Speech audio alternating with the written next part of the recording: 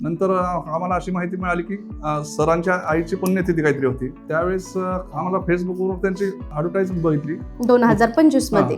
आम्ही आलो म्हणजे माहिती आम्ही कार्यक्रमाला आलो. केला.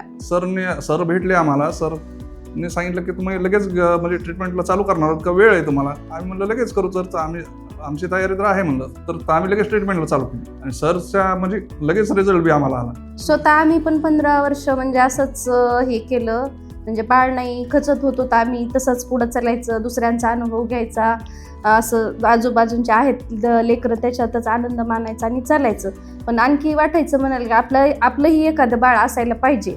मग त्याच्यामधून प्रयत्न केल्यानंतर यश पण भेटलं. परत पुन्हा अपयश आलं आम्हाला. परत आणखी विचार केला आपल्याला होतंय आणि कशामुळे असं होईल, नेमकं याचं कारण काय असेल. मग परत असंच सरांची ॲड आल्यानंतर सरांशी आम्ही पूर्णपणे बोललो. मग मुलगी झाली तर होती, परत आणखी असं कसं काय व्हायले. मग ते सरांनी काय अडचणी आहेत ती दूर केल्या. त्यानंतर हे बाळ राहिलं आम्हाला. अधिक माहिती आणि मार्गदर्शनासाठी आजच ओवाजित IVF ला संपर्क करा.